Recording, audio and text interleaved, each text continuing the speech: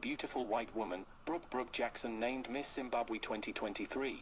This video is about another African, Hazel Brooks.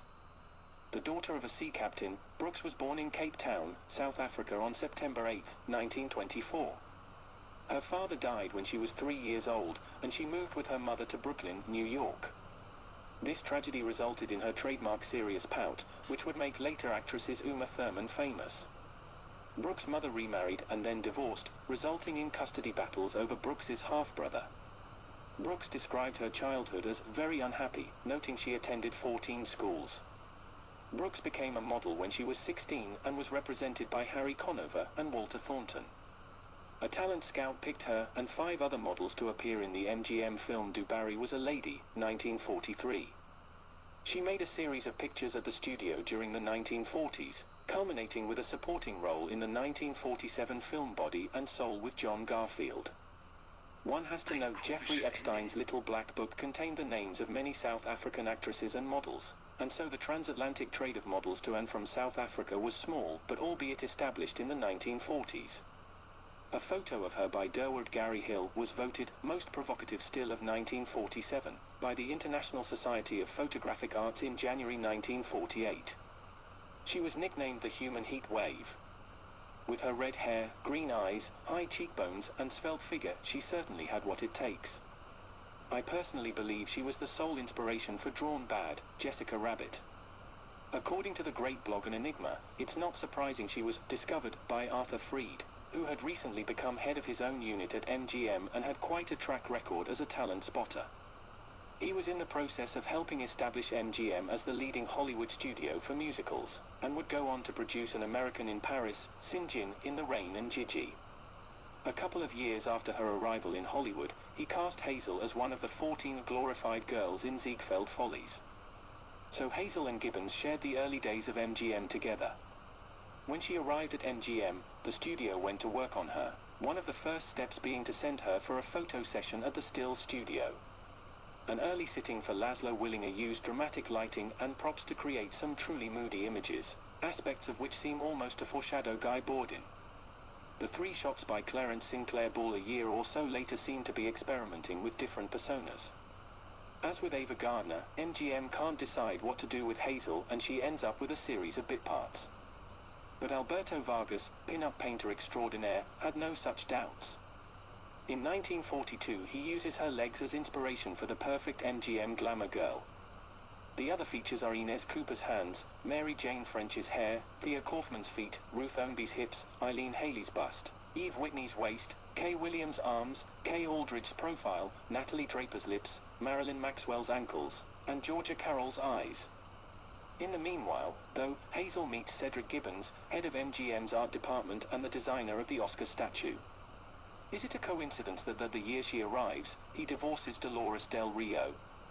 Anyway, Hazel has a thing about older men, and on the 4th of February, 1943 the couple announced their engagement in Los Angeles Superior Court, where her $150 a week MGM contract has to be approved by Judge Joseph W. Vickers, because she's under legal age. He stipulates that 1/10 of her earnings be invested in war bonds. The following year they marry. He's 49, she's 19, and eyebrows are raised. The wedding occurred on October 25, 1944. Although the age difference inspired a certain amount of winking in the gossip columns at the time, the marriage proved a strong one and lasted until Gibbons's death in 1960. Gibbons is called an Irishman and an American, and whether he was an Irish citizen or an American one, he was very proud of his Irish heritage. Was it the shapes and curves of the Irish coast that inspired his Art Deco sets? Cedric Gibbons was born in Ireland in 1890 to Irish architect Austin P. Gibbons and American Veronica Fitzpatrick Simmons. The family moved to Manhattan after the birth of their 3rd child. Cedric studied at the Art Students League of New York in 1911. He began working in his father's office as a junior draftsman, then in the art department at Edison Studios under Hugo Bolin in New Jersey in 1915. He was drafted and served in the U.S. Navy Reserves during World War I at Pelham Bay in New York. Married to Dolores Del Rio for 11 years, from 1930 to 1941, Gibbons designed a house with a lot of natural light. When I see Gibbons' work, I am struck by how well he understood the vertical. There are many parallels he creates with interior furnishings and walls. Natural light is emphasized. There is no fear of arches. Gibbons joined Goldwyn Studios and began a long career with Metro-Goldwyn-Mayer in 1924, when the studio was founded. In 1925, when he was first working in the art department at MGM, he was in competition with Roman de Turturre for a more substantial position, while working with Joseph Wright, Merrill Pye and Richard Day on some 20 films. Turturre is better known as Art. When studio executive Irving Thalberg summoned Gibbons to work on Ben-Hur, 1925, he used knowledge of the up-and-coming art moderne, that was to become known as Art Deco, to advance in the MGM art department. One cannot understate Gibbons' impact. With his control over screen design, he was able to bring an inherently American style, Art Deco, to the world. Gibbons was one of the original 36 founding members of the Academy of Motion Picture Arts and Sciences, and designed the Academy Award statuette in 1928, a trophy for which he himself would be nominated 39 times, winning 11, the last time for Best Art Direction for Somebody Up There Likes Me, 1956. He retired from MGM as art director and the head of the art department on April 26, 1956, due to ill health with over 1,500 films credited to him. He passed away in 1960. Brooks subsequently married Dr. Rex Ross, 1908 to 1999, when she was 40, in 1967. He was a surgeon and founder of the non-invasive vascular clinic at Hollywood Hospital. He was 18 years her senior and passed away in 1999. Brooks would pass away in 2002 after an illness. According to longtime friend, Maria Cooper, Janice, Gary Cooper's daughter and Cedric Gibbons' great-niece, Brooks, in the years after her retirement from films, became a skilled still photographer.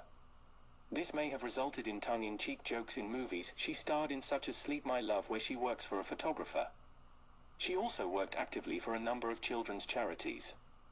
She had subsequent roles in Arch of Triumph and Sleep My Love in 1948, as well as The Basketball Fix, 1951, and The I Don't Care Girl, 1953. In 1945, Hazel Brooks obtained her release from MGM and tests for Selznick.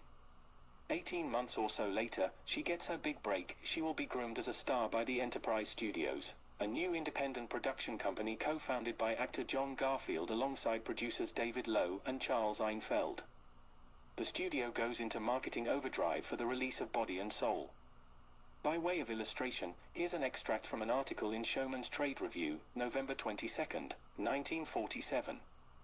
The News Post ran a contest on the question, "What type of girl do you prefer?" using portraits of Hazel Brooks as the body type and Lily Palmer as representative of the soul type.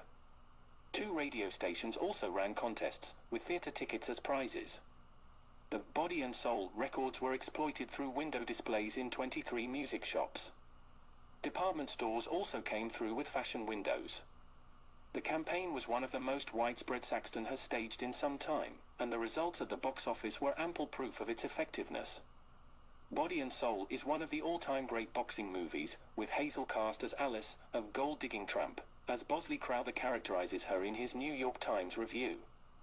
Bud Graybill, the stills photographer for the movie, captures some great noir shots in which she seems to relish letting her hair down and vamping it up for the camera, her modeling background coming to the fore perhaps. Regardless, it sounds like Hazel enjoys flaunting what she's got. In May 1947, vacationing in Hawaii, she took with her for the edification of the islanders all of the top revealing dresses and swimsuits that the Johnston office prevented her wearing in Body and Soul. And the following year, Corbina Wright, in an article for Modern Screen called Banned in Hollywood, reports that along the French Riviera, the ladies are wearing what they call diaper suits for swimming. The suit consists of a trifle of material on the top, a trifle of material on the bottom, and an almost unbelievable amount of girl in between. Incidentally, just because I've said Hollywood's pretty conservative, and we don't go for the diaper suit, doesn't mean we don't have our own exotic fringe. Take Hazel Brooks, the Body and Soul menace. I saw her lounging near Mr. Kent's pool, all covered by a flesh-colored clinging leotard covered with skin-tight black lace. In 1948, Hazel Brooks stars as Daphne in Sleep My Love, a Douglas Sirk melodrama that in terms of plot is a bit of a Gaslight ripoff. It is her only other major starring role. As Daphne, she's another scheming bitch, and in this case, she likes to parade around in diaphanous garments. MGM might have struggled to figure out how to cast her, but Triangle, under control of a woman, Mary Pickford, have no such problems. You can learn more about Pickford in the videos on this channel. One of the aspects that makes Sleep, My Love interesting is the way in which it illustrates the Hollywood studio's attempts to push the boundaries of what is acceptable in 1940s America. According to IMDb, in 1947, an amendment was made to the production code that cleared the way for the production and release of films dealing with drugs, and Hollywood wasted no time driving through the drug door. Drugs still couldn't be smoked or used free will or for recreation, though. While not the first film to take advantage of the drugs can be used when essential to the plot loophole, this Mary Pickford production for Triangle Productions made certain the use of a drug was most essential to the story of Sleep, My Love. The film also showcases a Chinese wedding and an extramarital affair soaked in alcohol, which of course must end poorly. Though she looks terrific and is a competent actress, critics noted she did not have the on-screen electricity or charisma of the likes of Lauren Bacall and Ava Gardner. But I disagree. Her smoldering, her subtle comments are part of a realism that many did not appreciate at the time. She was suited to be a heroine of Daphne du Maurier, in films that would not be made for decades. Plus, let's think about why she pouted. She never knew her father. Her country of birth had been hollowed out and its leadership wore its skin. One has to note her life was dedicated more to happy marriages than her life on screen, and that may be why she is so forgotten today. During her lifetime, she would watch as her childhood South Africa would descend into rape and violence. Now it is the rape capital of the world. According to Kim Heller's book on the subject, No White Lies, Zionists led the charge in South Africa behind Mandela. Desegregation and the ANC policy to kill white farmers, Boers, led to mass looting, and a country that once had a space program is now a sad shell of itself.